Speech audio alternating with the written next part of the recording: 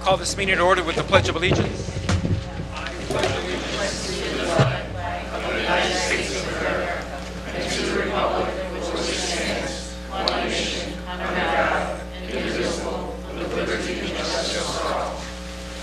Roll call, please. Clinker. Clinker here. Johnson. Here. Johnson here. Alexander. Here. Alexander here. Bellato. Bellato absent. Cazares. Here. Cazares here. Rita. Here. Rita here. Donahue. Here. Donahue here. Hawley. Here. Hawley here. Farnwell. Here. Farnwell here. Hill. Here. Hill here. Meck. Here. Meck here. Carr. Here. Carr here. Cantello Zillman. Here. Cantello Zillman here. Slattery. Here. Slattery here. 13 present, Your Honor. Thank you very much. Now we move on to Presidential Journal proceedings. I need a motion to approve the City Council minutes for the date of June the 25th, 2019. Do I have a motion? By Alderman Hawley. Do I have a second by Alderman Donahue? Any questions? Roll call, please. Clinker. I'm going to abstain. Since I Clinker wasn't here. abstain. Johnson. Yep. Johnson, aye. Alexander. Here. Yes. Alexander, aye. Costas. Aye. Costas, aye. Rita. Aye. Rita, aye. Donahue. Aye. Donahue, aye. Hawley. Aye. Hawley, aye. Farnwell. Aye. Farnwell, aye. Hill. Aye. Hill, aye. Meck. Aye. Meck, aye. Carr. Aye. Carr, aye. Cantello Zillman. Aye. Cantello Zillman, aye. Slattery. Abstain. Slattery, abstain. 11 ayes and 2 abstentions, Your Honor. Thank you very much. Now we move into public. Oh, okay. Thank you. We now move into public comment.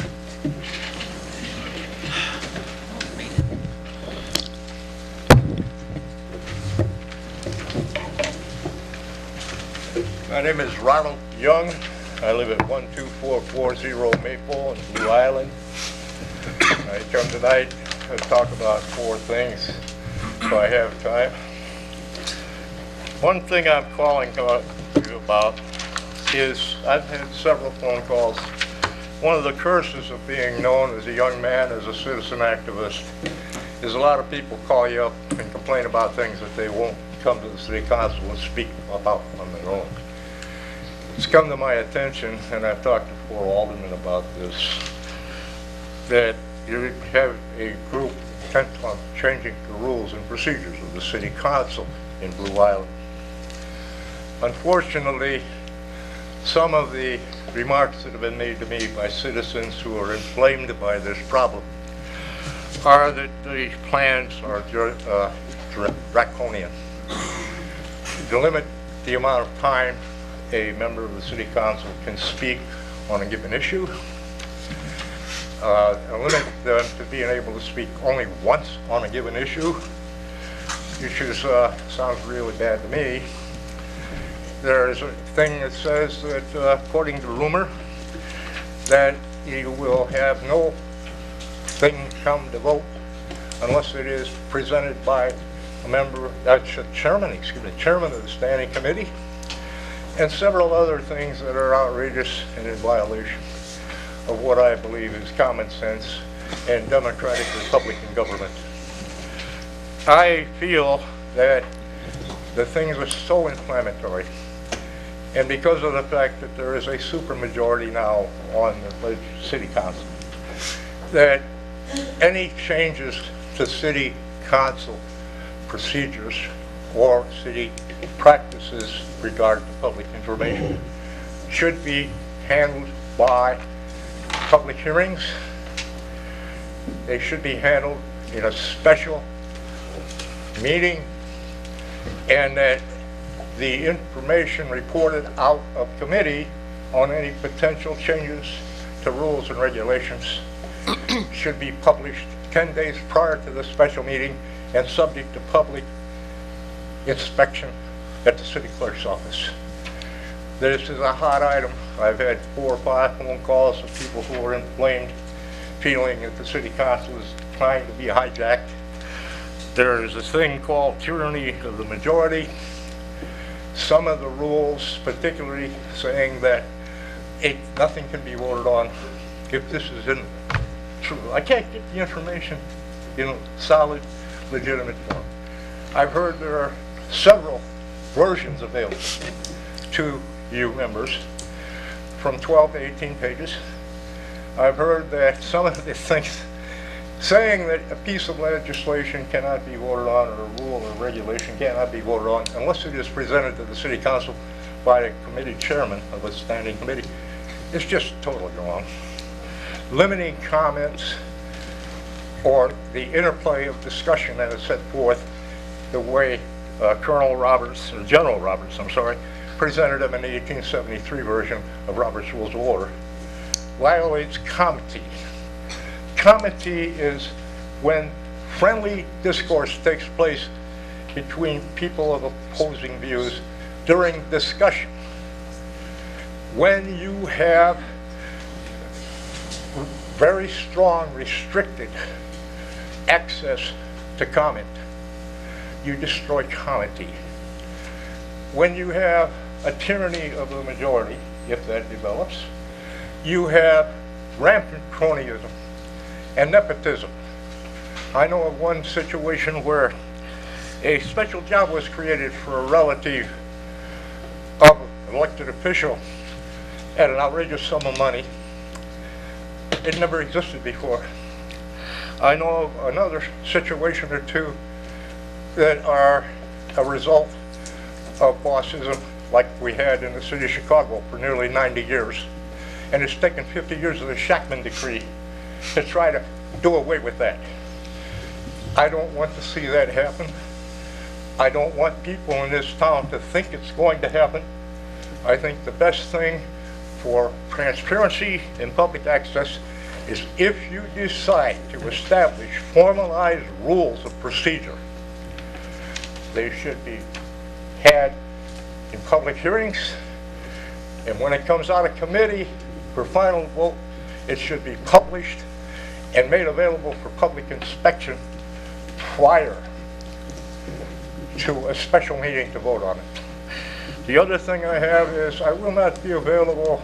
I've had medical appointments on July 11th, and I will be out of town on important family business through August 1st.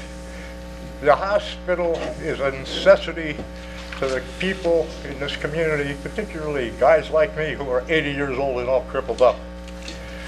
There's word out that they plan to close Metro South Hospital by the first of the year because there's going to be $8 million in the hole. This is a for-profit hospital. They're not going to stand by and leave it open when there are $8 million in the hole. They're planning to close it, guys and gals. Now, I've heard that there are efforts being made to keep it open.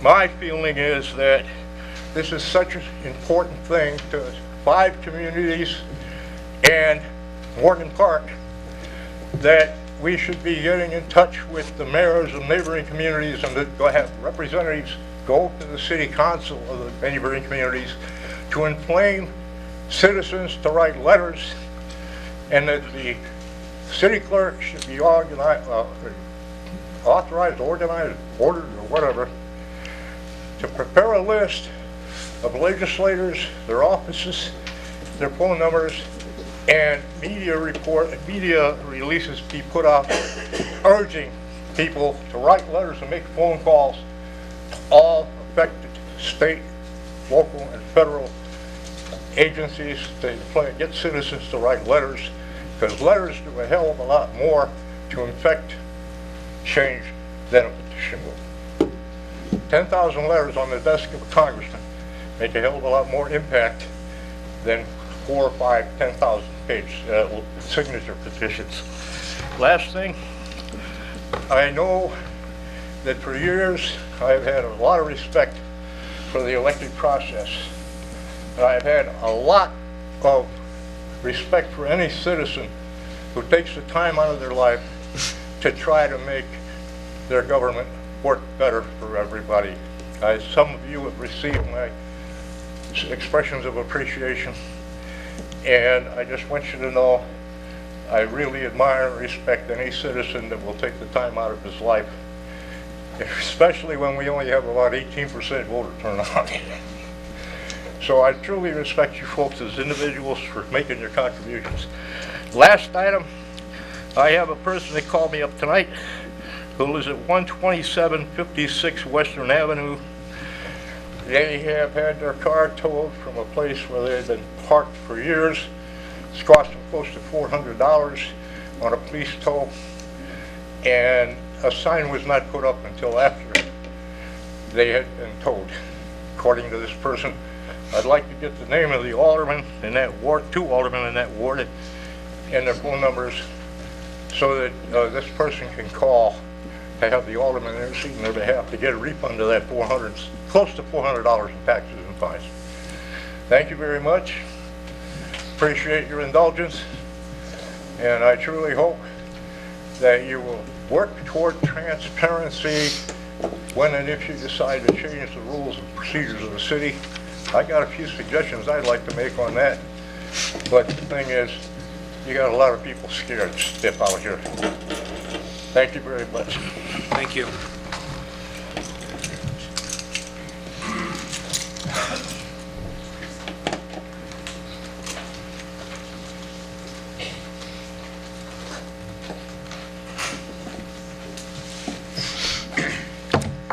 Good evening. My name is Seamus Murphy. I'm the new head football coach at Eisenhower High School.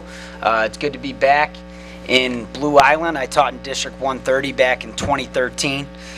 So it's good to be back in a great town where there's a lot of youth and football and youth sports, and I want to continue to build that. Major priority for me, in addition to developing our student athletes, is community outreach. The first opportunity we have for that is Saturday, August 3rd. We're having a football golf outing fundraiser. We have a few spots left for golfers, but really what I'm in need of, and our kids are in need of, is sponsorships. On the back of this flyer here, we got our sponsorship opportunities. There's 4 different levels. A whole sponsor, that's going to be $150. We have a bronze sponsor, silver sponsor, and a gold sponsor. And I'm running the event, so all my contact information is on here. But again, building the community and working together is a major priority that I have. And this is kind of that first event of the football season. We'll have our community night August 17th. And then our first game is August 30th against Oak Forest in my hometown. So I'm looking forward to that one. But look forward to working with you guys. And again, if you guys can spread the word, I'd really appreciate it. Thank you. Thank you. Marsha Lee, 2262 120th Place. When I was growing up, I was taught you are only as good as your word. Your word is your bond. Driving down my street, there were so many potholes, I was actually dodging them. It was almost like a little course, some obstacle course. I contacted Alderman Mike Meck via Facebook, and to my surprise, he responded. He responded in a timely manner. He told me what he thought was happening, but he also promised he would look into it, and he did, surprising me again. He contacted me back, gave me a timeline, and lo and behold, when the patchwork was done, I contacted him and I thanked him. So I want to publicly thank the alderman. It seems like something simple, but when you do what you say you're going to do, it's really appreciated. So I want to publicly thank you, Alderman. Now, everyone has always talked about getting our streets repaired, not just patched, resurfaced, and whatever it is that has to be done. Blue Island streets are in a terrible shape. So now that everyone has talked about that's what they are going to do when they get elected, that's what they're going to work on, I'd like to know what, if anything, is being done. Where are you guys? What is the status of whatever it is that you planned and you campaigned on? What is the status of having our streets resurfaced in Blue Island? Thank you. Thank you very much. Anyone else? Nope? I'll be right there. Okay.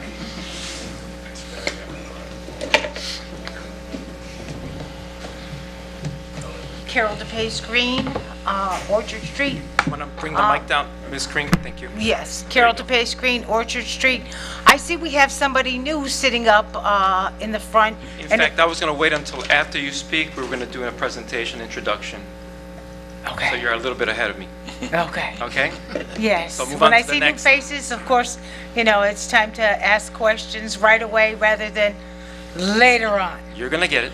I attended a couple of the judiciary meetings and certainly heard a lot of what Mr. Young was talking about with respect to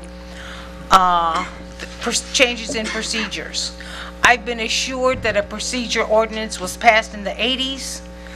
Somehow, the previous city attorney never got the codification book together. So, unfortunately, the ordinance or resolution hasn't been located yet. But I'm told that Robert's Rules of Order were passed at that time. And certainly, I think that is absolutely the starting point where most things are. I was a little concerned when I got to the meetings and saw that a written document had already been prepared prior to any sort of a meeting occurring for the initial meeting. Because in order to get to a document, you have to be communicating telepathically, psychically, email, telephone, conversation. You don't get to a document without having some kind of a meeting of more than one mind. And certainly I would have preferred to see the initial meeting first, the issue brought up, hey, let's look at, consider changing, putting something new in place. But instead, it was something already created, and to the best of my understanding, it's something that's used in another community, Lansing, which has a few more problems than we do in certain areas. And I think Blue Island already has enough problems. Tonight, we heard about repairs for the rec center. I certainly was present when the city council voted, and a lot of you were on board and voted for a $100,000 roof and approved. As a homeowner, I'd be looking at my warranties and guarantees, and I personally got up and said, oh, I would absolutely stand up and say, oh no, Bob's Heating, number one. Couldn't get any better than that. So now that we're hearing, that there's problems with this and that, before you go spending any money and discussing things ad infinitum in the finance committee, because that's where it's going to next, Kevin, heads up. I'd be saying, hey, I want to look at all of these contracts, because if we gave somebody $100K for a roof, I want a lifetime warranty and guarantee for $100K. Thanks. Thank you very much. Anyone else? If not, council, floor is yours. Yes. Members of the City Council, members and folks in the audience, I'd like to first introduce Kelly Burke. Kelly is an attorney in our office. She's also a state representative representing the 36th Legislative District for the state of Illinois. She will be working with us and with you, which I'm sure will make a number of you very happy, but she will be handling most of the meetings going forward. I will, of course, be working closely with her. This is her first meeting, so please go lightly on her and go lightly on me. for one evening, okay? But I do want to introduce you to her. She's very, very competent, and I'm sure she'll be very helpful to all of you as you move forward. And we want to welcome her. Let's give her a big round of applause, huh?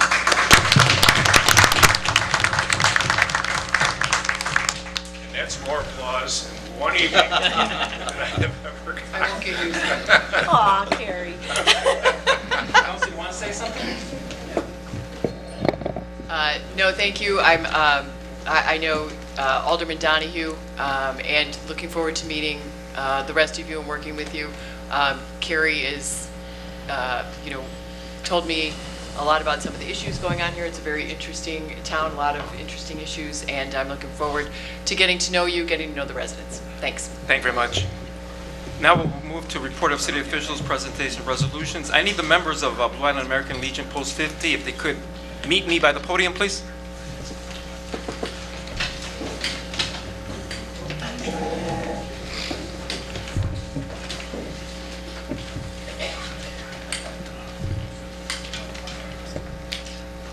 When is this, please? Yes. There you go. What you got? Oh, wait, good. If you don't know, you've been sleeping or in the sand somewhere, but July the 14th, 100 years of American Legion Post 50 in Blue Island. Again, think about this, 100 years, and you guys know more than I do. When this started, think about how many years back we're going.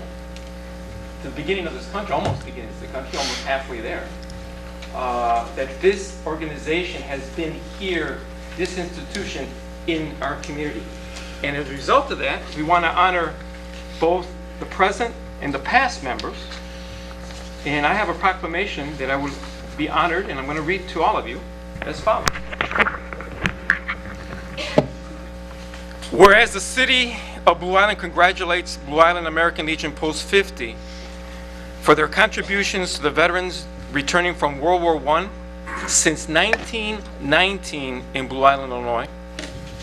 And whereas the post was established in 1919, it met in City Hall until a post home was built at 123rd and Western in 1958. Think about that. The building was sold due to owing excessive property taxes in the 80s. The post currently meets at the Eagles Hall. And whereas Post 50 started Blue Island's Independence Day celebration shortly after its founding, for many, many years, the celebration included a parade, fireworks, carnival, and a beauty contest. And whereas Post 50 was instrumental in the creation of Memorial Park, and through the years has added numerous memorials to the citizens of Blue Island who have given their lives for their country during all our nation's wars and conflicts. And whereas Post 50 continues to honor our veterans with public ceremonies on Memorial Day and Veterans Day, and whereas children and youth are supported through sponsorships of Scouting and Little League, as well as school awards for good citizenship. And therefore I, Domingo F. Vargas, the Mayor of the City of Blue Island, do hereby proclaim July the 14th, 2019 as the birthday of Blue Island American Legion Post 50 and recognizes its 100th birthday on that date. So let's hear it for American Legion Post 50. Congratulations.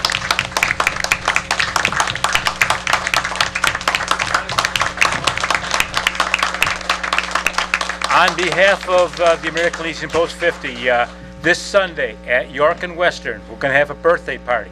Free hot dogs, popcorn, pop, and cake.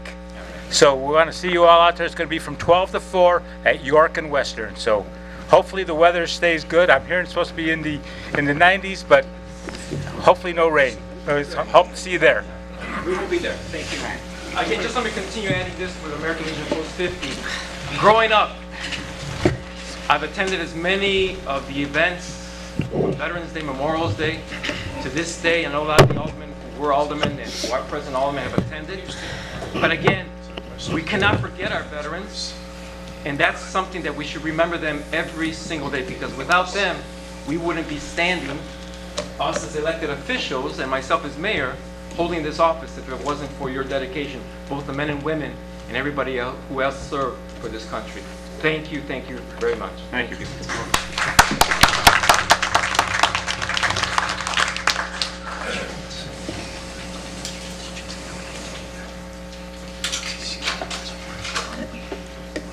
And if you don't know, National Night Out is coming August the 6th from 6 p.m. to 9 p.m. Again, it's we're going to hold it by the police station, right there, right in front. So there will be a lot of events. So invite everyone, from the children to the seniors, to come out. This coming Thursday at 1:30, we are going to have the Metro South Summit. Mr. Young, the staff has contacted local, county, state, and federal officials. They've promised to be here. We've gotten RSVPs from many of them. The media has also been invited from all over. So we intend to have a great summit here to address those issues that not only affect Blue Island, but affect the Southland, it's a national issue. Again, we're going to do our best to continue the fight, to keep that hospital open, and we will do the best with everybody's cooperation from the local, state, and federal level and county level. Just as a reminder, there's another fest this coming Saturday, St. Benedict Fest, from 2 p.m. to 11, as well as St. Donatus is coming up in August. Is it August the 6th? 7th. Again, two main festivals of two major parishes here in Blue Island that are still open. So let's support them. City Clerk, any business? Yeah, I have one item this evening, Your Honor. I need a motion to approve a block party for the Neighborhood Watch Group number 37 on July 27, 2019, from 11 a.m. to 4 p.m. on the southeast corner of the Metro parking lot at the 119th train station, spaces 73 to 116. All right, do I have a motion by Alderman Hill? I do. And do we have a second by Alderman Johnson? Any questions? Roll call, please. Clinker. Aye. Clinker, aye. Johnson. Aye. Johnson, aye. Alexander. Aye. Alexander, aye. Bellato. Aye. Bellato, aye. Costas. Costas, aye. Rita. Aye. Rita, aye. Donahue. Aye. Donahue, aye. Hawley. Hawley, aye. Farnwell. Aye. Farnwell, aye. Hill. Aye. Hill, aye. Meck. Meck, aye. Carr. Aye. Carr, aye. Cantillo-Zellman. Aye. Cantillo-Zellman, aye. Slattery. Aye. Slattery, aye. 14 ayes, Your Honor. Thank you very much. Anything else? That's it. Any bids? No bids, Your Honor. City Treasurer? Thank you. All the aldermen, I apologize again, there was a little bit of confusion concerning the treasurer's report and also the transfers. Some of them should have been emailed to you or wired to you, but I also brought some to the hard copies that you can share. First of all, the treasurer's report ending June 30th, 2019. I need a motion, please. Need a motion by Alderman Fairwell, second by Alderman Donahue. Any questions? Roll call, please. Clinker. Aye. Clinker, aye. Johnson. No. Johnson, no. Alexander. Aye. Alexander, aye. Bellato. Aye. Bellato, aye. Costas. Costas, aye. Rita. Aye. Rita, aye. Donahue. Aye. Donahue, aye. Hawley. Hawley, aye. Farnwell. Aye. Farnwell, aye. Hill. Aye. Hill, aye. Meck. Aye. Meck, aye. Carr. Aye. Carr, aye. Cantillo-Zellman. Aye. Cantillo-Zellman, aye. Slattery. Aye. Slattery, aye. 13 ayes and 1 no, Your Honor. Thank you. Second item is the transfer of restricted and non-restricted funds with a total of $15,967.36. Need a motion, please. Need a motion? Do we have a motion by Alderman Slattery, second by Alderman Carr? Any questions? Roll call, please. Clinker. Aye. Clinker, aye. Johnson. No. Johnson, no. Alexander. Aye. Alexander, aye. Bellato. Aye. Bellato, aye. Costas. Costas, aye. Rita. Aye. Rita, aye. Donahue. Aye. Donahue, aye. Hawley. Hawley, aye. Farnwell. Aye. Farnwell, aye. Hill. Aye. Hill, aye. Meck. Meck, aye. Carr. Aye. Carr, aye. Cantillo-Zellman. Aye. Cantillo-Zellman, aye. Slattery. Aye. Slattery, aye. 13 ayes and 1 no, Your Honor. Thank you. Okay, the other item, I had promised you that I was going to give you the ending second quarter revenues and expenditures, the packets. If there's any questions on these, I would refer to Mr. Marzell or versus myself if you need to. The expenditures are pretty accurate, okay? The revenues are pretty, not all completed, but there should be there. Again, if there's any questions, we're going to get it updated as soon as possible. And if there's any questions concerning the overage, for the end of 6 months period, it should be around between 49 to 51% usage. That's all I can say on this right now. Thank you. City Attorney? Thank you, Mayor. Item 1 on the agenda is, there are 4 ordinances, 4 locations. There are ordinance numbers 2019-024, 025, 026, and 027. Ordinances restricting portions of certain streets for handicap parking only at or near 1831 York Street, 2132 West 121st Place, 2625 York Street, and 2626 New Street within the city of Blue Island, Cook County, state of Illinois, and providing penalties for the violation thereof. Do you have a motion? Motion by Alderman Slattery, second by Alderman Rita. Any questions? Roll call, please. Clinker. Aye. Clinker, aye. Johnson. Aye. Johnson, aye. Alexander. Aye. Alexander, aye. Bellato. Aye. Bellato, aye. Costas. Aye. Costas, aye. Rita. Aye. Rita, aye. Donahue. Aye. Donahue, aye. Hawley. Aye. Hawley, aye. Farnwell. Aye. Farnwell, aye. Hill. Aye. Hill, aye. Meck. Aye. Meck, aye. Carr. Aye. Carr, aye. Cantillo Zillman. Aye. Cantillo Zillman, aye. Slattery. Aye. Slattery, aye. 14 ayes, Your Honor. Thank you. Number 2 on the agenda is ordinance number 2019-028, an ordinance rescinding handicap parking restrictions at 12838 Lincoln Street in the city of Blue Island, county of Cook, and state of Illinois. Actually, Mayor, I'd like to make a motion to table this. There's some confusion where the request came from. It didn't come from the homeowner at 12838, so I'm just trying to get clarification if the homeowner actually wants it removed, so I... Second? Yes. All right, we got a motion, we got a second. All in favor? Aye. Any opposed? None. Thank you. Thank you. Number 3 is resolution number 2019-027, a resolution approving and authorizing a collective bargaining agreement between the city of Blue Island and the Blue Island Professional Firefighters Association, IAFF Local number 3547, for the period January 1, 2018 to December 31, 2021. The union has ratified this. You will also authorize this subject to ratification, and this resolution is now being presented to you for your consideration. Did you hear a motion? Motion by Alderman Slattery. Do I have a second by Alderman Cantillo Zillman? Any questions? Roll call. Go ahead. Quite a few questions, actually, and I apologize because we just got this Friday, and yesterday I sat down and compared to the old one. Just a couple questions. I know you went through in closed session with this attorney, kind of the highlights of this. Yes. And there's some things that weren't mentioned, and I'm just curious as to why. Article 18, Section 18.1, wage rates and incentive pay. The last two... What article was that? 18, Section 18.1. Basically, it deals with retroactivity. The last 2 contracts, there was only retro pay given to people that were currently employed the date that the contract was signed. According to this one, we're going to go back and give money to people that are no longer employed here. There were 2 persons who were employed, one retired and one had been here, I believe it was 5 or 6 years. Right. And had served during the term of the contract. Right. So we agreed with respect to those 2 individuals that for the period of time they had served, they would receive the retroactive pay. Okay, I personally have a problem with paying someone that's no longer employed by the city. I think we need to watch every single penny that we spend.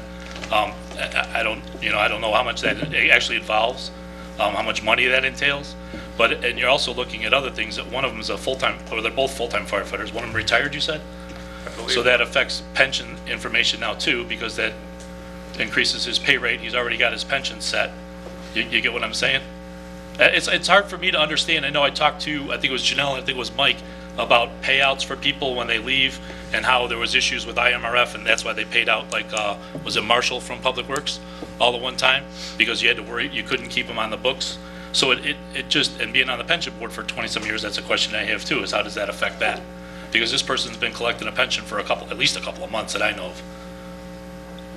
So I personally have a problem with paying someone that's no longer employed by the city. I get that they were working here at the time, but even in these last two contracts, 2011 and 2014, we had the same thing. We had guys that left and they just didn't get anything. If you weren't employed at the time the contract was signed, you didn't get paid. So that's my statement on that one. All I can tell you is that the individuals worked during a period of time from January 1 of 2018. I completely understand that. I'm just trying to explain this to you. And we agreed because they had served for a significant period of time, over 20 years, if I'm not mistaken, that because they had worked, that they would receive the hourly rate for the period of time that they had worked. I am unaware of what the practice was prior to this, or who was not paid for time they had actually worked. I was completely unaware of that, but that's the reason we reached that agreement. Okay, I just looked back at the last two contracts, which are online, and that's what it tells me, is that only people that are employed at the date of the execution of the contract got retro pay. So I've made my statement on that. I completely understand what you're saying. I totally disagree with it. I don't see why we're paying people that are no longer employees here. So that was one. The second one was, and we got kind of, like I said, you presented us with a sheet during a meeting in closed session back in June with kind of the highlights of what was going on. And one thing that I agreed at that time with everything, but then as I started going through things yesterday, I'm looking at the 7G assignments, which is Article 19. Yes. In the past, for people that don't know what this is, let me quickly explain. In the past, we had a fire prevention officer that was employed by the fire department. Back then, there was no one that was interested in it back in 2014. So the union and the city decided to use the 7G provision, where basically they take an off-duty guy, they pay him a different rate, for lack of a better word, to come in and work X amount of hours and perform the work of the fire prevention officers. The purpose of that back in 2014's contract was to keep the work within the membership of the union. At the point, the city wanted to hire someone from the outside. The union obviously didn't want to give up that position, but nobody wanted to take the job full-time as a fire prevention officer. So this was a deal that was worked out. So that was what we did from 2014 to 2017. The rate that they were getting paid was $20.25 an hour. It was up to 3 people, and they could work a maximum of no more than 15 hours a week per person. So the grand total, if they all worked 15 hours a week for the whole year, was $47,385 that the city was paying out for the fire prevention work. Bear with me here because this gets a little winded, and I apologize for this. So that was maxed out at 15 hours a week. I look at the FLSA assignments on the current contract that we're going to ratify tonight, and the rate went up, which is what you explained during the closed session. But we've also added more 7G assignments for training, EMS, and maintenance. Those positions all currently have someone overseeing them that's getting paid an incentive pay. Am I correct? I'm sorry, I don't operate the fire department, so that may be a question. So there is someone getting paid an incentive pay for each of those positions. There's a person getting extra $750 or whatever for training. EMS is $350 or $400 if I remember right, maybe more, I don't know. And maintenance is the same. So, and looking at this, we've now added 9 more positions. So we still have the 3 guys in fire prevention. We've added 3 guys for training. We've added 3 guys for EMS. We've added 3 guys for maintenance.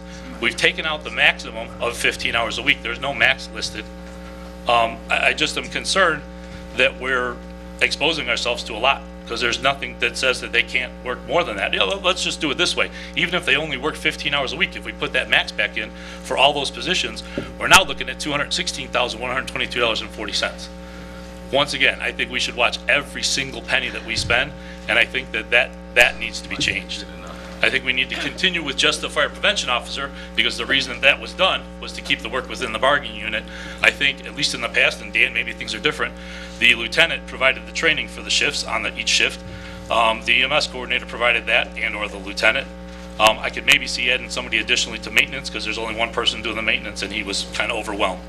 But it's an additional cost, and that wasn't explained to us during that closed session, that there was those additional positions being, you said that the rate was going up, and I agreed to the rate going up because it's been 3 or 4 years later. But now we're looking at a whole lot of money coming out of the city's pocket potentially, and I don't think that's right. Maybe we should table this. I look more into it. I'm not aware of the additional cost, and as far as I'm concerned. This was a matter that was negotiated because it was beneficial to the operation of the department and is controlled in its entirety by the chief in terms of when to designate the assignment.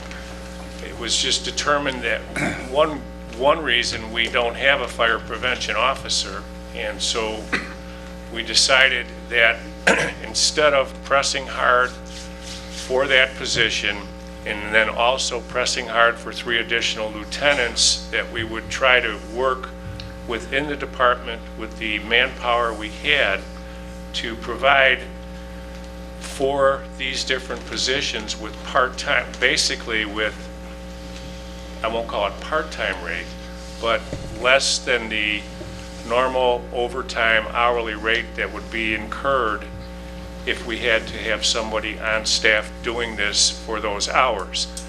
I haven't calculated what this would cost because it is something that the chief has complete discretion to control, so that if the cost for some reason exceeds what is rational and appropriate, he can cut it off.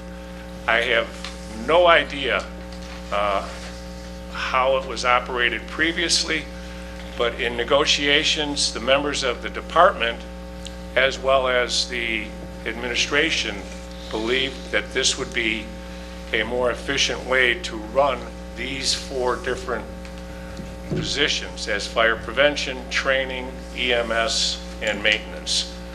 If it doesn't work properly, the chief can cut it off and terminate it.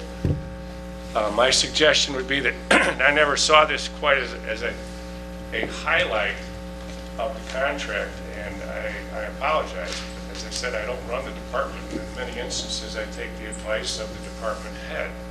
So, but in talking with the members of the bargaining unit, as well as administration, this was determined to be a very appropriate way to address these matters and keep the department as one of the better departments that operates as a full-time fire department.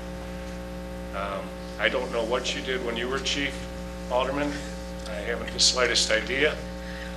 And then back to the issue of retroactive wages for people who have worked here, particularly during the term of the contract.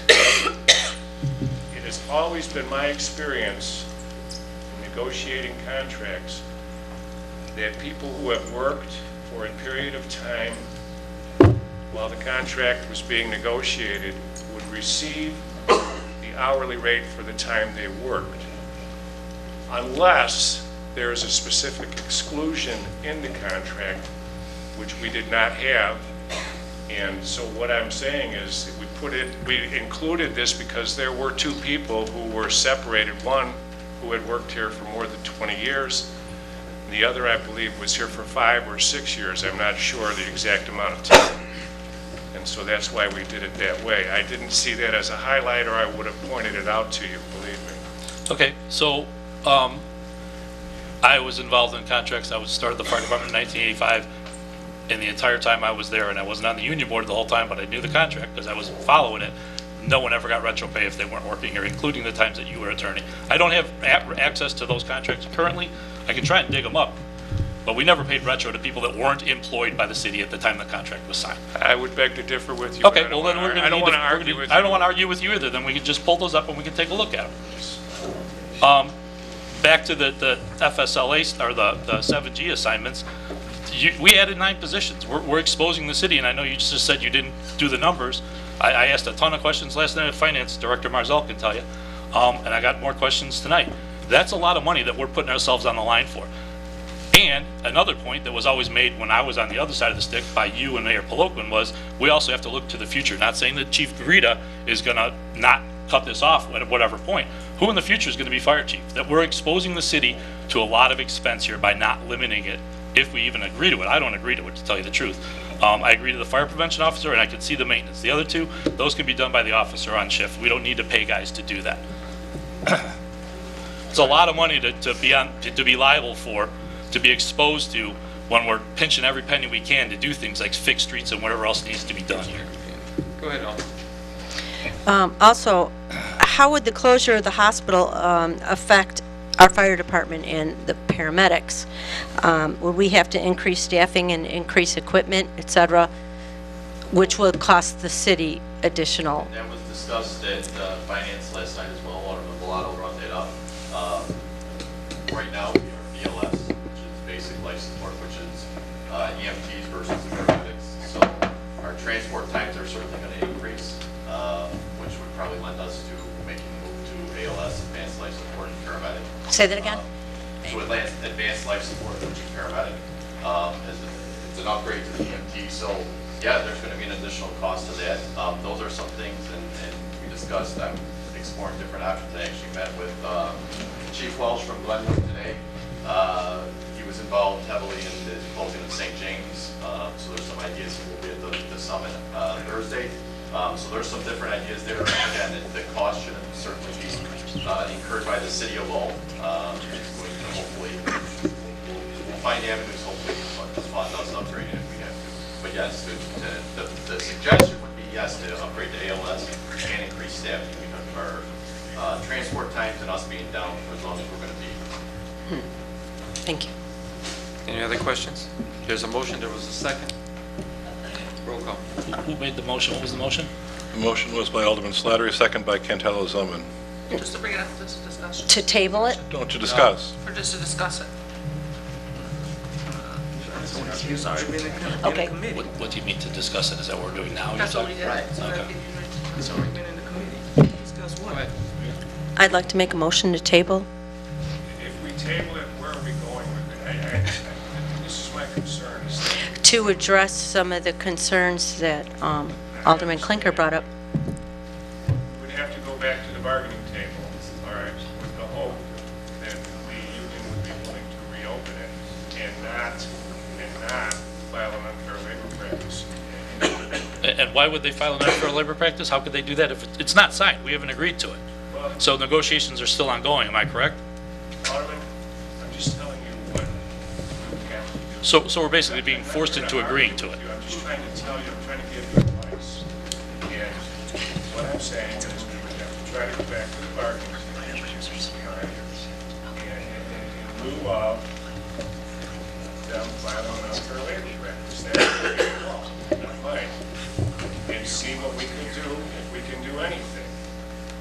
While this is pending, you do have the retroactive wages for those who work here, compounding, as well as the increase in the holiday pay. So overall, I think it's an excellent contract from the point of view of the city of Blue Island and its fire department, which we did talk about at length in the closed session, and the fact that your firefighters, and I'm sure you're aware of this, are not the highest paid firefighters in the south suburban area and are very much encouraged to leave the department as soon as they can test for a department that pays them more.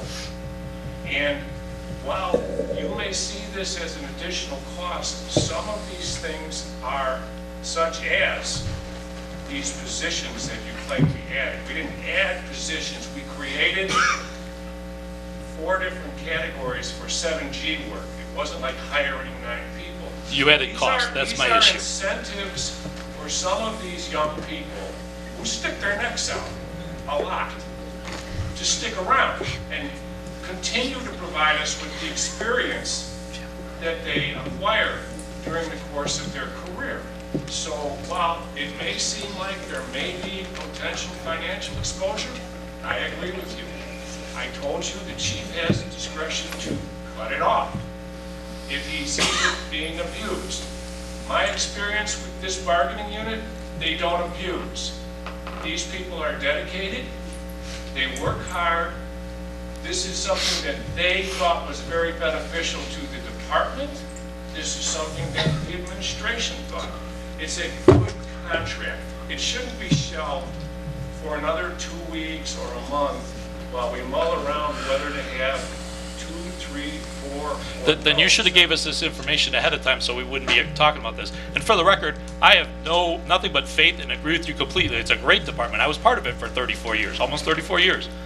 Okay, so you don't throw that at me. What I'm saying is we should have been told this before it got to this point. Because essentially what you're telling us is we have to approve this or potentially they're going to file an unfair labor practice. That's what you just said. Kerry, that's what you just said. Alderman, I don't want to argue with you. I don't want to argue with you I either. have a question. I don't want to argue with you anymore. Alderman, go ahead. I have a question. So like for the school district, I'm trying to compare. I put in for my retirement in January. They're negotiating and they just settled for a contract and that doesn't include me at all. So I mean, I see what some of the points he's making. Go ahead. Carrie, I'm just not saying this because Kelly's here. I actually agree with you. This is, and I agree, and I see where Jim's coming from with his points. But we have a very professional fire department. We have a fire department that's well underpaid compared to other communities. We've seen this time and time again.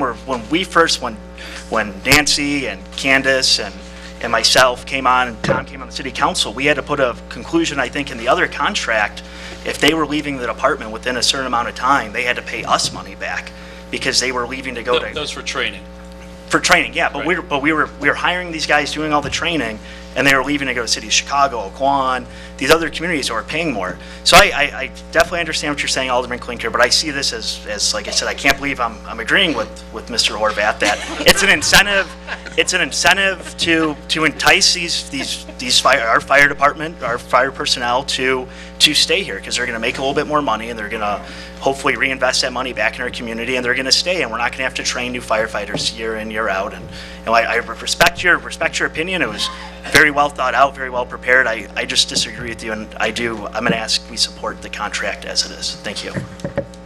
For the record, I have nothing against the fire department. That I don't know if it was, maybe I was just reading into what you were saying. But I have something against spending all this money. That's what my issue is. Alderman, go ahead. Yeah, I just want to make a comment that I've actually seen Chief Rita in action. Very, very professional, on time. We got to realize that we got a lot of training. Besides the hospital closing and these trains, these people are trained every day to put their life on the line for ours and the residents. And so we're bickering about a few dollars for somebody who's going to maybe save our life one day versus another law firm that only represents 11 of us. We didn't bicker about the $185 an hour for that. Or our streets, that could go to the streets. We complain about everything, but hell, we make bad decisions too. But this is talking about first responders. We're talking about saving someone's life. The residents who pay the difference. We're not paying the difference, they are. Thank you very much, Alderman. Roll call, please. Clinker. It's on the vote, it's on the table. On the vote, there was no second on the table. I'll second it. The table. Yep. You have to call it on the table.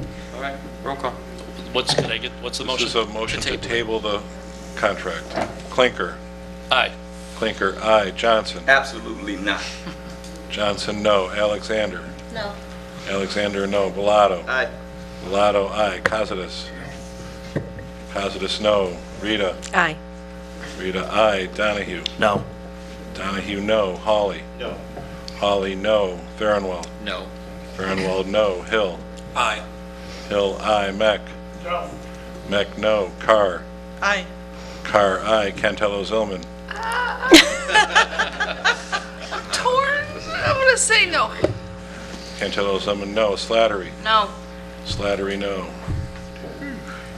Five ayes and yes, it fails. Roll call, please. Clinker. This motion is to approve the contract? Yes. Motion to approve contract. I'm going to say no, based on my argument. Clinker, no. Johnson. Yes. Johnson, aye. Alexander. Yes. Alexander, aye. Bellato. I'll abstain. Bellato, abstain. Costas. Aye. Costas, aye. Rita.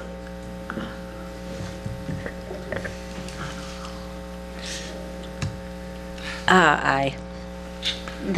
Rita, aye. Donahue. Aye. Donahue, aye. Hawley. Aye. Hawley, aye. Farnwell. Aye. Farnwell, aye. Hill. Aye. Hill, aye. Meck. Aye. Meck, aye. Carr. No. Carr, no. Cantello Zelman. I'm gonna say aye. Cantello Zelman, aye. Slattery. Aye. Slattery, aye. Yeah, 14, so it's 11, 2, and 1.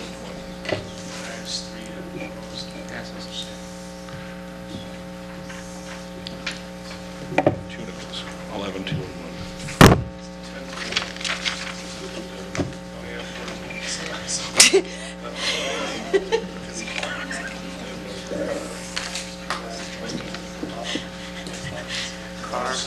Abstain, one abstention, the 11, 2, and 1.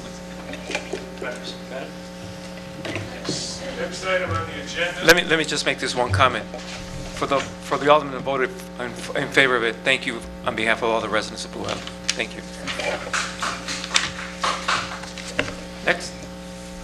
The next item on the agenda is a resolution approving an agreement with the County Emergency Telephone System Board for mobile device terminals to be used in the police department for use in their police vehicles. The county is providing 16 mobile device terminals to the city. The county has a 5-year warranty for maintenance, so the maintenance will be covered for 5 years. The city does have to pay for the installation of the terminals, and if they are damaged, of course, we must replace them. And we're responsible to provide a device to connect to the mobile data terminal to the network. Need a motion? Motion by Alderman Slattery, second by Alderman Clinker. Any questions? Roll call. Clinker. Aye. Clinker, aye. Johnson. Aye. Johnson, aye. Alexander. Aye. Alexander, aye. Bellato. Aye. Bellato, aye. Costas. Aye. Costas, aye. Rita. Aye. Rita, aye. Donahue. Aye. Donahue, aye. Holly. Aye. Holly, aye. Farnwell. Aye. Farnwell, aye. Hill. Aye. Hill, aye. Mack. Aye. Mack, aye. Carr. Aye. Carr, aye. Cantello Zelman. Aye. Cantello Zelman, aye. Slattery. Aye. Slattery, aye. 14 ayes, Your Honor. Thank you. And the last resolution is resolution number 2019-029. A resolution approving and authorizing a contract with Axon Enterprise, Inc. for the purchase of tasers and taser equipment. The total payment is $51,812. It will be paid over a 5-year term at approximately $10,400 per year. We have a motion by Alderman Slattery, second by Alderman Bellato. Any questions? Go ahead. The only question I have is, the attorney can add, on the other, there was a warranty. Is there any warranty for these? Yes, there's actually a 5-year warranty on this as well. And it's provided by the company Axon Enterprises. Anything else? No? That's fine. We have a motion, we have a second? Yes. Roll call, please. Clinker. Aye. Clinker, aye. Johnson. Aye. Johnson, aye. Alexander. Aye. Alexander, aye. Bellato. Aye. Bellato, aye. Costas. Costas, aye. Rita. Aye. Rita, aye. Donahue. Aye. Donahue, aye. Holly. Aye. Holly, aye. Farnwell. Aye. Farnwell, aye. Hill. Aye. Hill, aye. Mack. Aye. Mack, aye. Carr. Aye. Carr, aye. Cantello Zelman. Aye. Cantello Zelman, aye. Slattery. Aye. Slattery, aye. 14 ayes, Your Honor. Thank you very much. That's all I have. We do have a closed session this evening. That's fine. Committee reports, Community Development Committee? Yes. Your Honor, we had a special community development meeting on June 24th at 7 p.m. To discuss primarily, well, two situations. One was an easy one. There was a motion made by Alderman Hawley, seconded by Alderman Cantello, to approve option A, sign choice for the Blue Island Public Library. They're putting up a new sign facing York Street. All ayes, motion carried. And then we discussed the ongoing process with Ophelia's Banquets, located 13102 Western Avenue and 2409 Vermont Street, the old Kleins building. The committee agreed, along with the building department, they have to do these required steps before they can move forward. The city must reconcile a settlement from 2016. All repairs needed from the 2016 settlement must be reconciled and completed prior to anything moving forward. They have to go through historic preservation's recommendations or reappear before historic preservation. You need to apply for a text amendment for parking use issues, and then, of course, the regular building department permit process.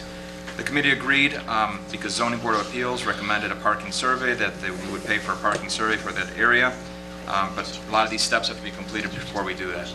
The committee members all showed concern for parking issues in that area. We ended the meeting 8:27 p.m. Our next meeting will be tomorrow at 7 p.m. in the conference room. Thank you very much. Finance Committee?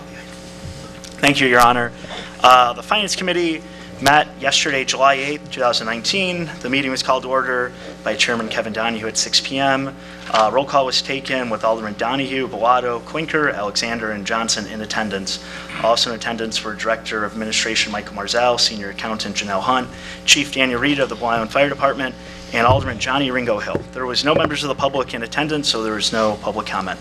The first item up for consideration was the approval of the payroll for the pay period ending June 28th, 2019 for $354,665.09. I'd like to make a motion to approve payroll, please. Got a motion. Do we have a second by Alderman Bellato? Any questions? Roll call, please. Clinker. Aye. Clinker, aye. Johnson. No. Johnson, no. Alexander. Aye. Alexander, aye. Bellato. Aye. Bellato, aye. Costas. Costas, aye. Rita. Aye. Rita, aye. Donahue. Aye. Donahue, aye. Hawley. Hawley, aye. Farnwell. Aye. Farnwell, aye. Hill. Aye. Hill, aye. Meck. Aye.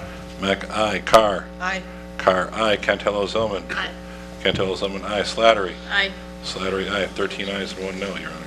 Thank you very much. The next item up for consideration was the accounts payable for an amount of $133,423.47. There's much discussion regarding these accounts payable, not having the descriptions for what the items were. There was a motion to table to the next Finance Committee meeting made by Alderman Quinker and a second by Alderman Bellato. Voice vote was taken with Alderman Donahue, Bellato, Quinker, and Alexander voting in the affirmative, and Alderman Johnson voting no. There being a majority voting in favor to table the motion was declared tabled. So I'd like to not call the accounts payable for this week, so the Finance Committee could approve it at our next Finance Committee meeting. All right, it's on you. Public Okay. Health and Safety Committee? Well, I still have some more of my All right, go ahead. minutes. Sorry, thank you. Chief Dan Rita gave a brief presentation regarding the promotion of 3 firefighters to the rank of, from the rank of firefighter to lieutenant. Currently, the fire department operates with 9 members assigned to 3 shifts working out of 2 firehouses. 1 lieutenant is currently responsible for 8 members assigned to both firehouses. Under Chief Rita's proposal, 3 current Blue Island firefighters would be promoted to lieutenant so that there would be supervision all the time at Station 2, and it would bring the span of control of the 3 current lieutenants in line with what is recommended. It would also help Chief Rita delegate more senior level administrative work to the 3 senior lieutenants. There was much discussion regarding this matter, and lots of valid and reasonable questions and points were made on both sides of the argument. There was a motion to approve by Alderman Johnson and a second by Alderman Alexander. Voice vote was taken with Alderman Donahue, Alexander, and Johnson voting in the affirmative, and Alderman Quinker and Bellato voting no. There being a majority voting in favor, the motion was declared pass. Finally, with no other business before the committee, there's a motion to adjourn made by Alderman Bellato, second by Alderman Quinker. Voice vote was taken. All are in favor of adjourning the meeting. Our next meeting will be July 22nd at 6 p.m. here in the East Annex. Thank you, Your Honor. Public Health and Safety Committee? No report. Next meeting is July 16th at 6 p.m. here Okay. at City Council Chambers. Thank you. Municipal Services Committee? We held our meeting tonight. I'll have the report at the next city council meeting. Our next meeting will be held on August the 13th at 6 o'clock. Thank you. Judiciary Committee? I need to ask that we remove this item from the agenda for tonight until further discussion. That's fine. Any aldermanic announcements or comments? Wait, I got my minute. Oh, go ahead. Judiciary Committee meeting, June 25th, 2019.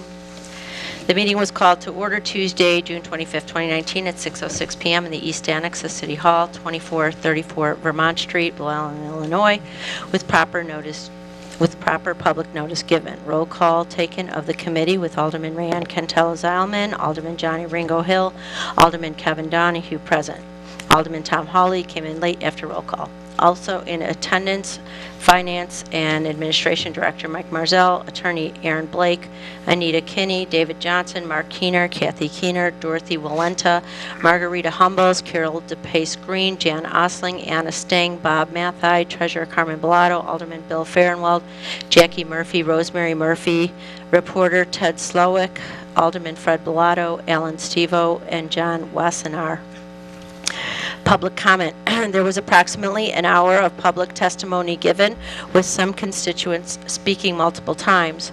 In summary, Mark Keener, Anita Kinney, Bill Farnwell, Carol Green, DePace, Kathy Keener, Anna Stang, Bob Mathai, Carmen Bellato, Rosemary Murphy, John Wassenaar, Dorothy Walenta, and Fred Bellato all spoke on the length of time an alderman is given to speak or the 5-minute limitation thereof, ejection of an alderman, Robert's Rules of Order, objections to the finance chair filling in as mayor pro tem, Open Meetings Act, a need for more public hearings, the public comment ordinance, and BIOS farm closure.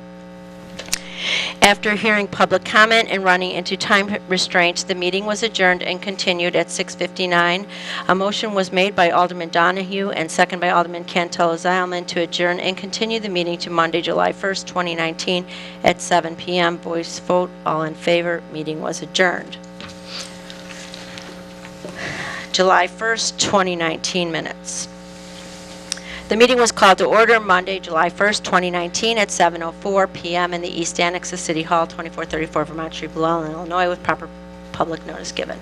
Roll call taken of the committee with Alderman Rayanne Cantello-Zileman, Alderman Johnny Ringo Hill, Alderman Tom Hawley present, Alderman Kevin Donahue, and Finance Administrator Director Mike Marzell absent. Also in attendance, Attorney Aaron Blake, Anita Kinney, Dave Johnson, Carol DeBase Green, Jan Osling, Anna Stang, Bob Mathai, Treasurer Carmen Bellato, Alderman Bill Farnwell, Jackie Murphy, Rosemary Murphy, Joe Murphy, Nick Simpson, Earl Summers, Alderman Candace Carr, Alderman Mike Meck, Diane Cantello, Candace Cantello, Maria Martinez, Lisa Durbin, Christine Metros, and Arthur Howard. Public comment. There was approximately 45 minutes of public comment with several constituents speaking multiple times on the pros and cons of agenda items listed in summary. Anita Kinney, Alderman Bill Farnwell, Carol DePace Green, Anna Stang, Bob Mathai, Carmen Bellato, Rosemary Murphy, Christy Metros, Nick Simpson, and Diane Cantello spoke on the following agenda items. Rules of procedure, including length of time an alderman is given to speak or the 5-minute limitation thereof, ejection of an alderman, Robert's Rules of Order, objections to the finance chair filling in as mayor pro tem, a need for additional public hearings, requests for training of aldermen on the new rules of procedures, and alderman recusal.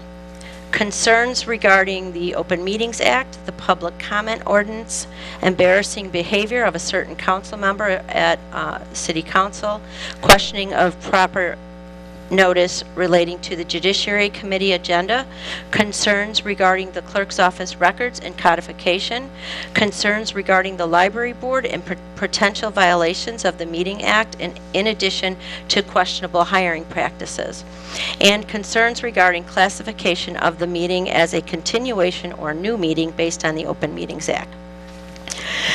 Public comment ordinance. After discussion and agreement to adopt CASA's proposed ordinance, motion to adopt public comment ordinance by Alderman Johnny Hill, second by Alderman Rayanne Cantello-Zileman. Voice vote, all in favor, motion carried. Rules of procedure resolution. In summary, the chair read into the record a statement of the importance and purpose of adopting these rules to ensure effective leadership, promote professionalism and fairness, and to guarantee the right of every member the opportunity to be heard. Attorney Aaron Blake from Montana and Welsh further explained that the document was a summary of relevant and standard rules of procedure from Robert Rules of Order and the Illinois Municipal Code that are specifically applicable to Blue Island, and that nothing within these rules or procedures should be considered controversial. She also explained that other local municipalities have adopted and follow similar rules of procedure. The chair passed out a revised copy of the rules, which took into account the recommendations from public comment at the prior meeting. At the request of Alderman Tom Hawley, the committee went line by line through the document. These were the suggested and agreed to changes in the revised version of the rules of procedure. 2. Presiding officer, Alderman Hawley requested the language that the chairperson of Finance Committee shall serve as mayor pro tem be taken out altogether, stating that the wording in the document was hard to understand. After discussion, it was agreed the language in the revised rules of procedure should be replaced with the wording from 65 Illinois Compiled Statutes 5/31-35358 and B of the Illinois Municipal Code, which provides for appointment of mayor pro tem and temporary chairperson. Hawley requested to clarify the nomination process of the mayor pro tem and add that the clerk or recording secretary shall ask for a nomination of the mayor pro tem or temporary chairperson. Alderman Hawley also requested to add verbiage for the mayor pro tem if there is a more permanent vacancy to the mayor's position. Number 4, agenda. Alderman Hawley questioned the procedure of adding items to an agenda and the wording, whatever rules of procedure of council has adopted. Quote, after discussion and the attorney reading from Robert's rules, changes to the revised rules of procedure were agreed upon for the sake of clarity. 6, duties of members. Under the revised copy brought by the chair per public comment, the wording to expel an alderman for disorderly conduct was taken out. 9, debate. Under the revised copy brought by the chair per public comment, the amount of time for each alderman to speak per agenda topic changed from 5 minutes to 10 minutes. Alderman Hawley requested the language, quotes, with the consent of the majority be taken out and placed with 5 of the members to be consistent with the other paragraphs of the document. Alderman Cantello-Zileman made a motion to adopt the rules of procedure resolution with the changes discussed and agreed to by the committee. Second by Alderman Hill, voice vote. Alderman Cantello-Zileman, Alderman Hill, and Alderman Rita voted in favor of the motion. 1 objection. Alderman Tom Hawley voted no. Chevy Tahoe status. The committee explained that they were unaware of the status of the issue. Other discussion. Alderman Cantello-Zileman asked where or which committee would discussions regarding enforcement and lost revenue of the city sticker ordinance go. She has received several complaints in regards to residents not purchasing city stickers. She talked to Chief Arzab regarding enforcement. She also talked to Clerk Hauser. It was decided the committee will look at the city sticker ordinance for review. It may belong in the Finance Committee or Public Safety. Claim 2019-12059, property damage. Motion by Alderman Cantello-Zileman to go into closed session to discuss pending litigation upon 5 Illinois Compiled Statutes 2C12. Second by Alderman Hill, voice vote, all in favor, motion carried. Motion to go back into open session by Alderman Hawley, second by Alderman Cantello-Zileman, voice vote, all in favor, motion carried. Alley ordinance, pyrotechnic permit discussion, performance evaluation discussion, motion to table these agenda items, 7, 8, and 9 by Alderman Cantello-Zileman, second by Alderman Hawley, voice vote, all in favor, motion carried. Purchasing policy, after discussion, agenda item 11 to be sent to the finance for approval per Alderman Hawley's request. Going forward, the Judiciary Committee will be held on the 3rd Tuesday of the month at 7 p.m. The July 23rd, 2019 Judiciary Committee meeting scheduled at 6 p.m. in East Annex is hereby canceled. So the next scheduled meeting is Tuesday, August 20th at 7 p.m. With there being no further business to discuss, motion to adjourn at 9:14 made by Alderman Cantello-Zileman, second by Alderman Hill, voice vote, motion carried. And then I also have, are you asking for Alderman concerns yet? Not Any yet. questions? Go ahead. I had a question if I could. I don't know if this was an oversight or if it was deliberate, but in your draft of the procedures, rules of procedure. Under the order of business, under the reports of elected officials, you listed mayor, clerk, treasurer, but then there was the complete elimination of the city attorney's business, and I don't know if you intended that, or if there's going to be a different way of presenting ordinances or resolutions, or that's even been considered, or... Well, it was brought to the committee, and that was what was agreed upon. I'm sorry, what? It was brought to the committee, and that was what was agreed upon. So there will no longer be any city attorney business?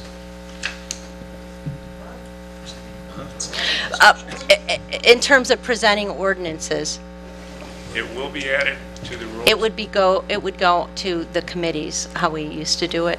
Oh, so the committees will each do their own?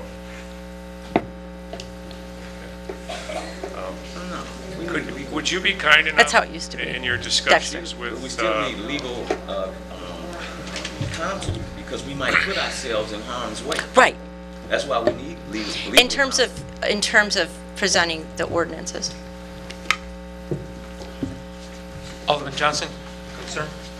Yeah, I got some concerns. Are you through, Nancy? I'm sorry. I mean, Alderman Reed. Go ahead. I'm talking about, are you through with your comments and things? Well, yes, I did have one more thing then. Okay, so in regards to the rules ordinance and the public comment ordinance, so I would like to say a few words about two ordinance I and the members of the Judiciary Committee have worked very hard on in recent weeks and expressed some significant frustration that I have over the disrespect that the mayor's office and senior staff are showing the City Council. On Tuesday, June 25th, the Judiciary Committee met and took testimony on two ordinances, one to implement a basic set of procedural rules to council meetings and another to govern how public comments are conducted. Both measures were issues I feel strongly about. Recent council meetings have shown a need for better structure to ensure fairness and transparency for every council member and every member of the public alike. At the June 25th meetings, I was pleased to see several members of the public present, and the committee took over an hour of testimony. In order to be respectful of my fellow councilmen's time, I agreed to end the meeting at a reasonable hour and hold an extended public comment section the next Monday, July 1st. At the July 1st meeting, we once again heard over 90 minutes of testimony from both members of the public and members of the committee. The ordinance were reviewed in detail. Multiple changes were suggested. Almost all or most were incorporated. After debate, a vote was called for the ordinance, and it passed 3-1. On the morning of July 2nd, I forwarded the ordinance to city staff and officials to be posted on the agenda of this meeting. Later that day, I was informed by city staff that Mike Marzell wanted me to know the ordinance could not be heard at this meeting and gave the excuse that there was not sufficient time to review the new ordinances. Today is July 9th. I understand last week included a holiday and probably a lot of vacation days for people, but July 1st, 2nd, 3rd, 5th, and 8th are all working business days. Furthermore, we reviewed the full ordinance language at the July 1st committee meeting. Why city attorneys were not present when everyone else was, I do not know, nor do I know why the city was closed all last week. Either way, there is no good excuse for the measures that passed the Judiciary Committee to not be on tonight's agenda, other than one simple word: obstruction. Mr. Mayor, I understand you and your allies are not fans of this ordinance. I do not know the reasons you are so adamantly opposed to adopting basic rules and procedures that every other municipality uses. Perhaps you can enlighten us when we debate the ordinance, but these measures passed committee with multiple business days to review them, and it should not be the role of Mr. Marzell or any other city staff to dictate to this council what goes on the agenda and what does not. The city council agenda belongs to the city council, not only the mayor, not only the attorney, and not only the staff. With all of that in mind, I want to inform the council that I am calling for a special meeting next Tuesday, July 16th at 6 p.m. to hear the rules and public comment ordinances, and to hear from the public and give these measures the up and down vote they deserve. Please Please know I do not call this meeting lightly. I respect and value the time of everyone on this council. I respect that we all have jobs and families, and it is not my desire to take up any more time than necessary with an extra meeting. But I believe these ordinances are necessary. I believe they should have been voted on here tonight, and I believe this council should not be dictated to by the mayor or Mr. Horvath or Mr. Marzell or anyone else. We are all elected body representing the people of Blue Island, and I hope to see all of you here next Tuesday. Thank you very much. Noted. Alderman, go ahead. Did you say July 16th? Yeah. Is our meeting the 16th or the 18th? 16. The same time? Oh. What time is your meeting? 6. At 6? Do you Yeah. think you'll be done by 7? Yeah. Okay. Maybe. I guess we're gonna have to be. Okay, I just Do I- got a couple. You through, Ms. Reed? No, did you? I'm sorry. Text. No, go ahead. Would you like me to, do you want to change the time? No, we'll get it done. Okay, thank you. Go ahead, Alderman. All right. One of my questions are, where are we at with the investigation of the Tahoes? Is there a timeline on this? As I told you, the Cook County State's Attorney already spoke to them. It's in their hands. They So have is it- all the information that they wanted, already spoke to them, so it's in their hands. In the hands of Cook County? Correct. Okay. All right, my next question that is, where are we at with your veto, Mayor, Regarding, regarding the committees? well, it was withdrawn for the benefit of the city that we move forward. Okay. And as we've stated, we want to move forward, especially with the situation we find ourselves in the city with Metro South, that we all have to work together. Go ahead. And my next question is, when can we get started with this procedural audit we talked about? Is there a timeline? Whenever you want. Well, I would like it 8 years ago, but I'm just saying, you know, we said we've talked about, you know, doing a procedural audit because we had so many leaks, money missing, money disappeared, checks appeared, checks disappeared, and we wonder where we're at financially. How can we ever figure that out without having something of that nature being done? That's why today I vote against the treasurer's report and the financial report. Okay.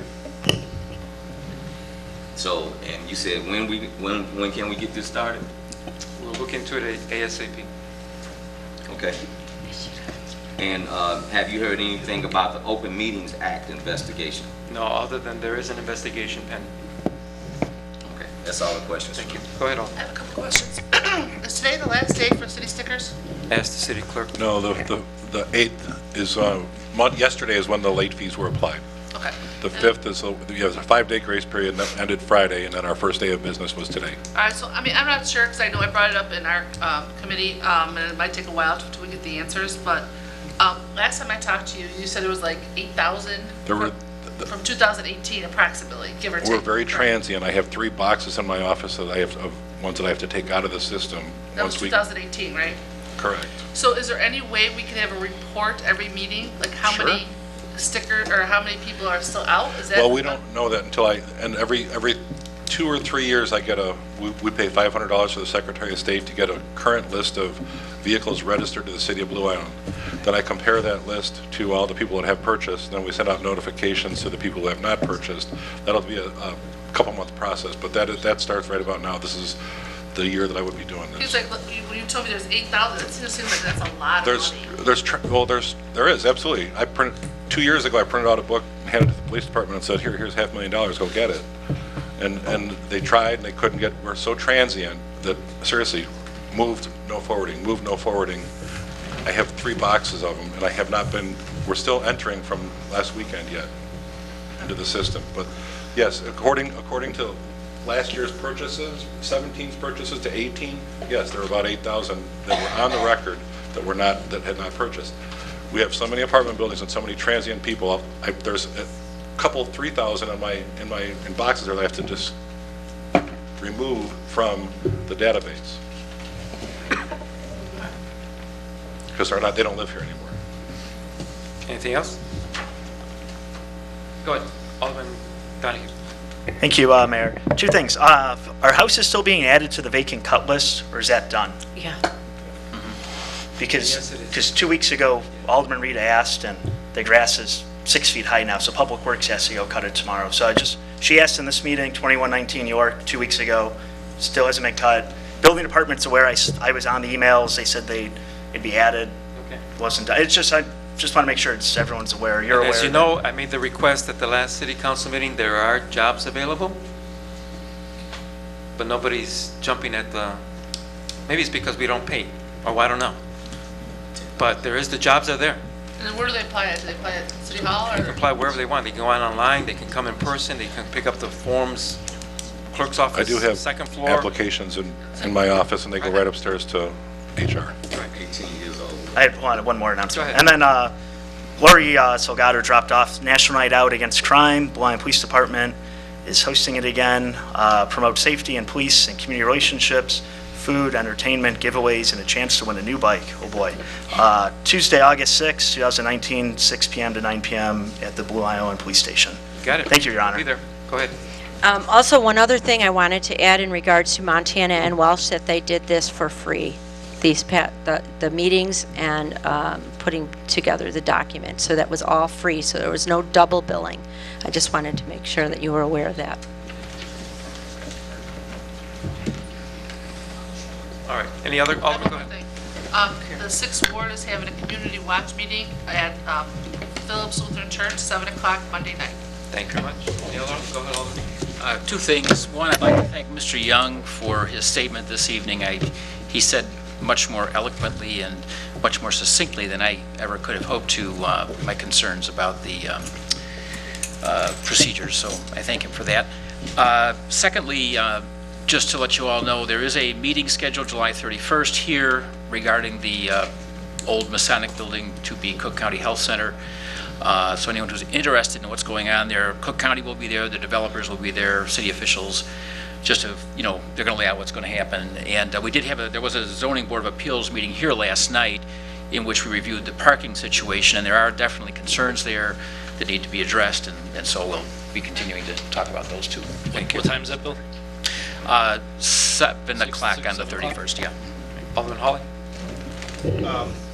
Just to be clear, I thought for a special meeting, you need to have 3 aldermen requested. Yes. Okay, I will get that. I mean, just to be, I'll get it. Yeah, it has to be signed, and yes. so I can turn that in tomorrow, right? Procedure. Thank you.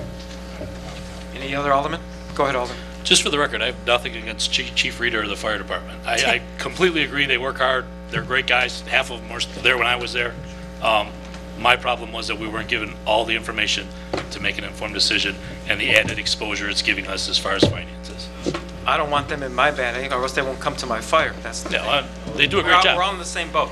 Right. Yeah, so my problem's not with the fire department, just so that doesn't, I can see things blowing up all over town, how things go. So, I mean, we talked after our closed session, and I support you 100%, and the guys.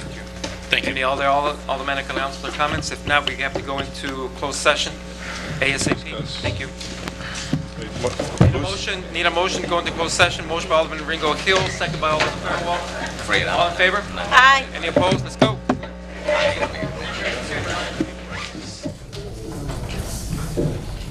Need a motion to reconvene the regular session. Motion by Alderman Rita. Do I have a second by Alderman Cantillo Zillman? All in favor? Aye. Any opposed? Council? You need a roll call, right? We just say the 13 aldermen that were present earlier. All right, let the Less record show Alderman that Johnson. all but Alderman Johnson are back. In closed session, there was a status report provided to the city council concerning the pending mediation in the lawsuit of Haro versus the city of Blue Island and 2 other police officers. The city council was apprised of status and authorized payment to the individual who was going to mediate a settlement conference. I need a motion to approve that payment of $7,000 to Justice Michael Gallagher. Need a motion by Alderman Farnwell, second by Alderman Donahue. Any questions? Roll call, please.